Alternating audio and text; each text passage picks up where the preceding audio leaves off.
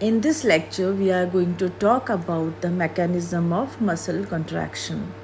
इसमें हम पढ़ेंगे mechanism of muscle contraction. सबसे पहले बात करते हैं structure of skeletal muscle,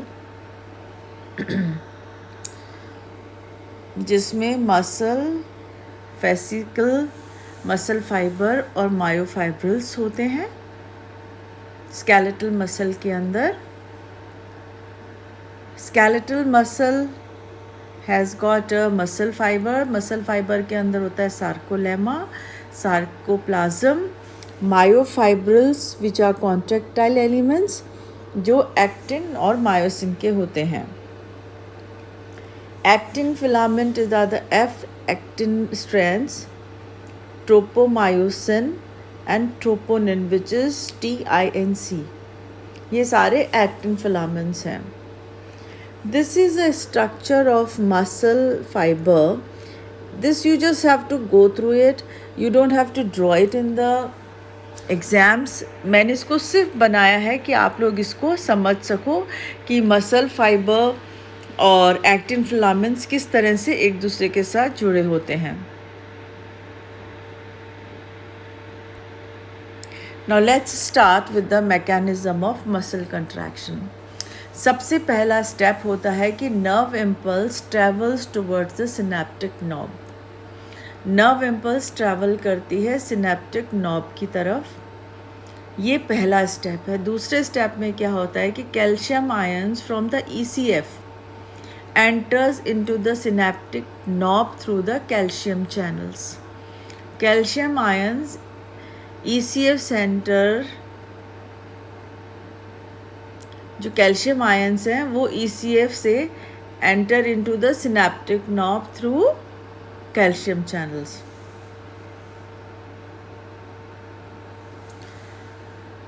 step 3 में क्या होता है कि as calcium ions enter into the synaptic knob, vesicles ruptures and acetylcholine is released into the synaptic cleft by exocytosis. जैसे ही कैल्शियम आयन सिनेप्टिक नॉब के अंदर होते हैं, acetylcholine vesicles ruptures and acetylcholine release out into the synaptic cleft by exocytosis. Exocytosis का मतलब होता है सेल के बाहर आना.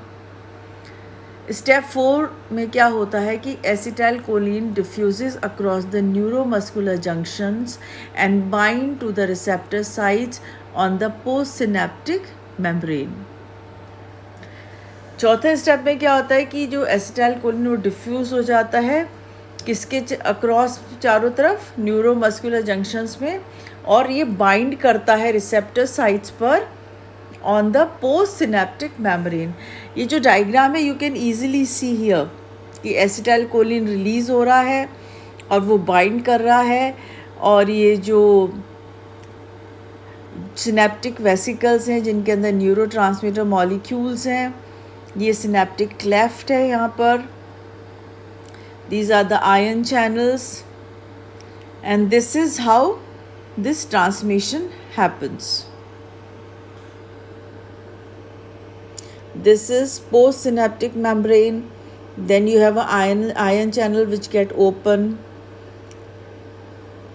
This you have to make in the answers when you give your exams. Step 5 क्या होगा? स्टेप 5 में क्या होता है कि stimulating of the receptor causes conformational changes in the postsynaptic membrane and generate an action potential. Stimulating of the receptor जब हो जाता है तो उससे क्या होगा? conformational change होगा पोस्ट सिनेप्टिक मेम्ब्रेन के अंदर और एक एक्शन पोटेंशियल बन जाएगा. एसिटाइलकोलिन डिस्ट्रॉय हो जाएगा एक एंजाइम के द्वारा which is acetylcholine esterase. This acetylcholine esterase is going to destroy acetylcholine. Step 6 में क्या होगा? This action potential travels along the length of the muscle fiber and then penetrates deeply into the muscle through the T tubular system. Step 6 में क्या होगा muscle contraction के लिए? ये जो एक्शन पोटेंशियल जनरेट हुआ है ये ट्रैवल करेगा length of the muscle fibre में और फिर ये डीपली पेनिट्रेट करेगा थ्रू इन द मसल्स में, किसके द्वारा? Through the T tubular system. This is the part 1 of the muscle contraction. Rest we will going to discuss in the part 2 video of the muscle contraction.